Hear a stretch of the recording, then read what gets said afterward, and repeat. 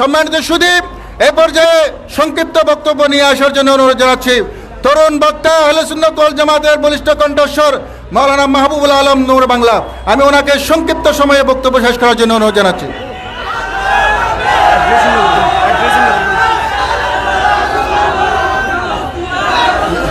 নাহমাদুহু ওয়া নুসাল্লি আলা রাসূলিহিল কারীম, আম্মা বাদ।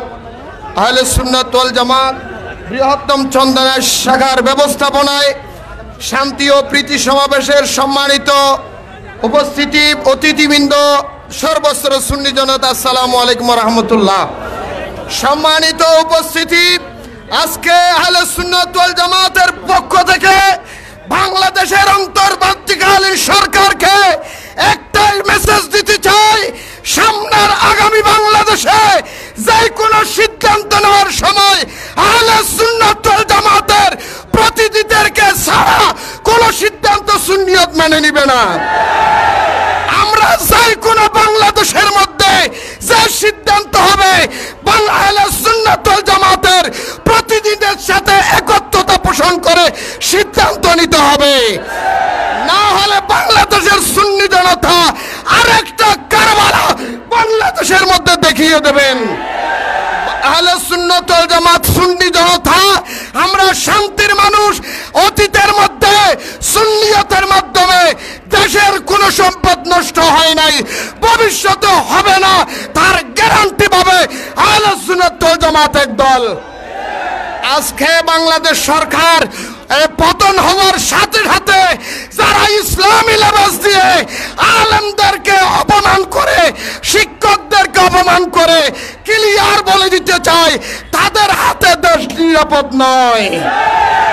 যাদের কাছে শিক্ষক নিরাপদ নয় তাদের সাথে দেশ নিরাপদ নয়।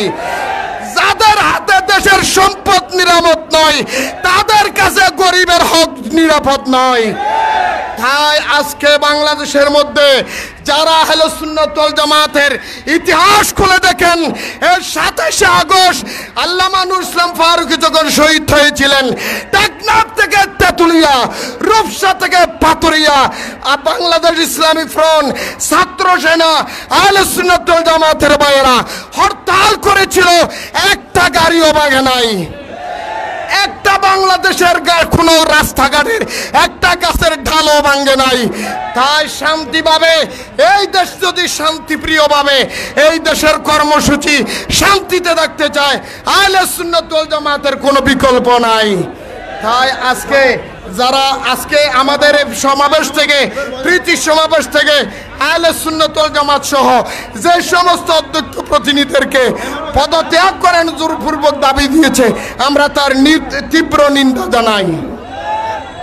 যা হোক, আজকে আহলে সুন্নাত ওয়াল জামাতের সর্বস্তরের সুন্নি জনতার এইরকম অবস্থায় যারা আজকে উপস্থিত হয়েছেন, সকলে আমি উত্তর কামনা করে আমার আলোচনা এখানে বিদায় নিলাম। আসসালামু আলাইকুম ওয়া রাহমাতুল্লাহ।